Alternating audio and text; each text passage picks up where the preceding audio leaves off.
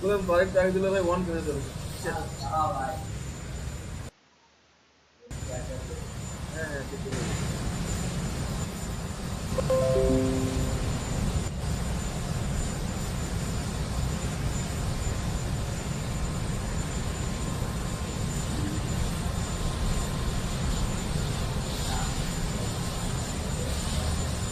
হ্যাঁ হ্যাঁ এই যে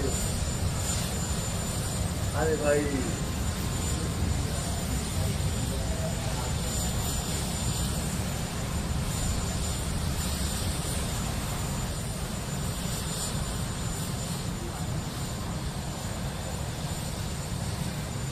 ও একসাথে দিয়ে দিন।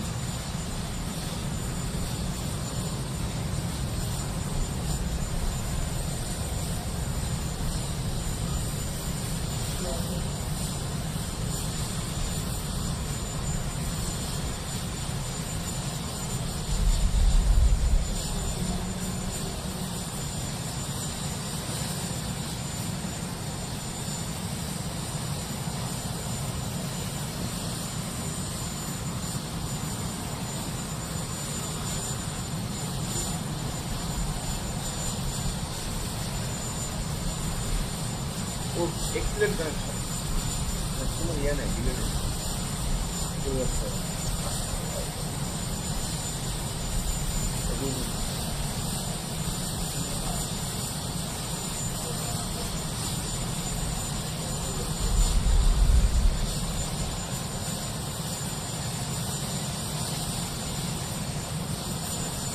কানেকশন যেন excellent, excellent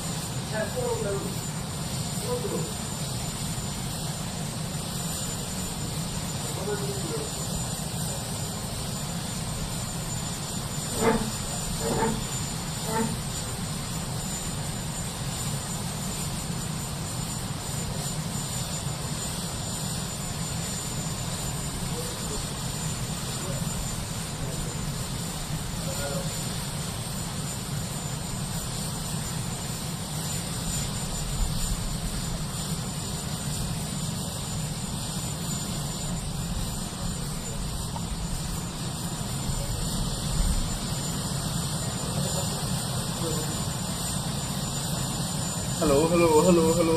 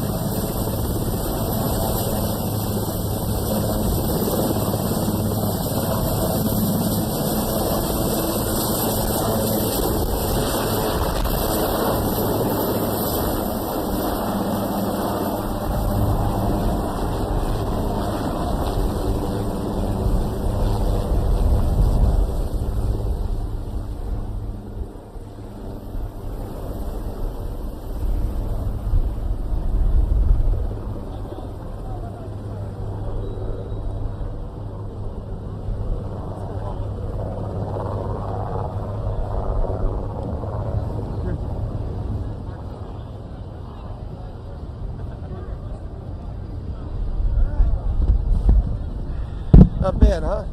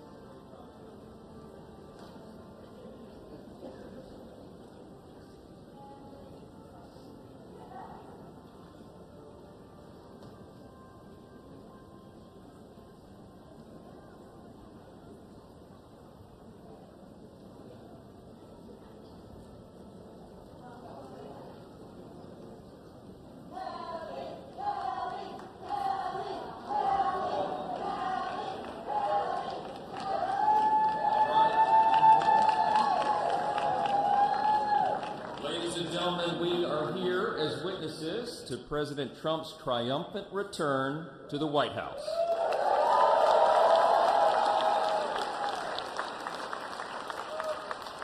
Right now, already this morning, you can feel it around the country. We certainly felt it here in the city. America is coming together and roaring back again, and it begins today, as the President just told us. I know we'd all rather be gathered together on the National Mall with hundreds of thousands of our closest friends, but our disappointment is well overcome with our excitement for the future that we feel today. We have the chance to make the next 4 years the most consequential period in our nation's history. And as Speaker of the House, it is my great pleasure, my great honor, to introduce to you the man who will lead us to this new golden age, the decisive winner of the Electoral College and the popular vote, the 45th and the 47th and the greatest president of our lifetimes, Donald J. Trump.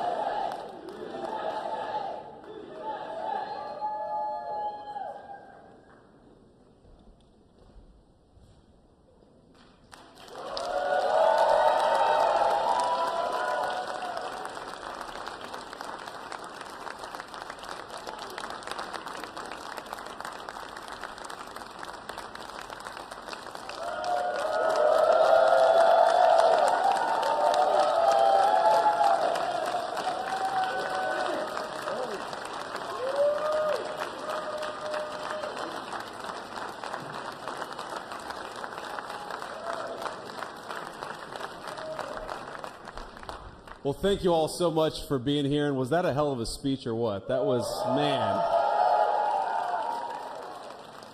That was a good way to start it off. You know, I didn't know exactly what the president would put in that speech, and I hoped to myself that he wasn't going to hold back. And, sir, you didn't hold back. That was a hell of a way to start the next 4 years. But I just want to say from the bottom of my heart, and I know I speak for the president and for all of us, thank you, thank you, thank you for making this possible. We love you. We wouldn't be here without you, and we're going to make America great again together for the next 4 years.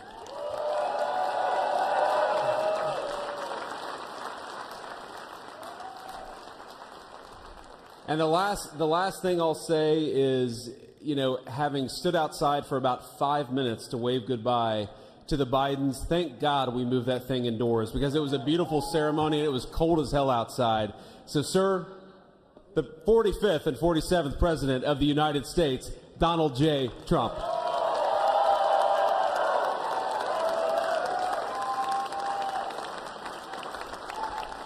No, he's right. I looked, I said, oh, look at this beautiful sunny day.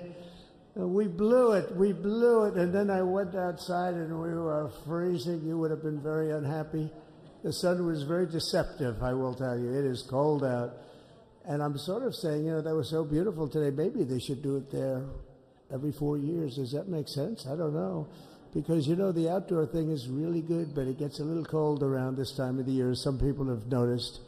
And a lot of times they suffer through it. There was no suffering in that room. It was 72 degrees. It was perfect with the best acoustics I think I've ever heard in a room. This is not so bad either. But I just want to say, you're a younger, far more beautiful audience that I just spoke to. And I want to keep it off the record.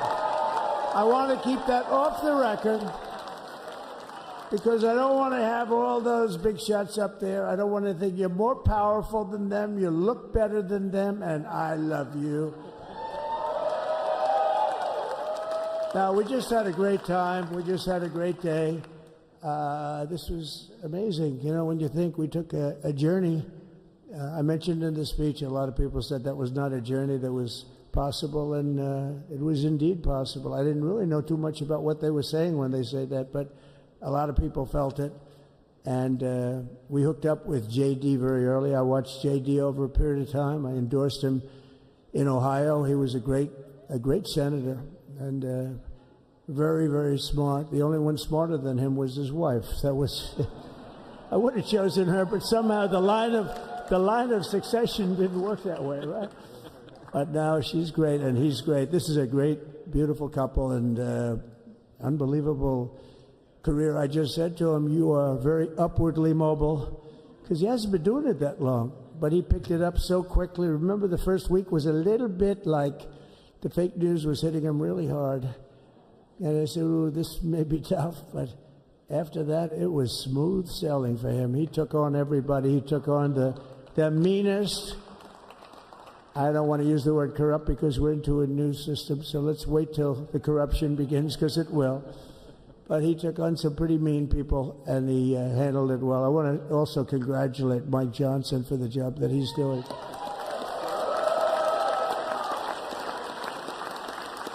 Steve, we gave him a majority of almost nothing, and then I said to make it tougher on him, let me take 2 or 3 of the people, right?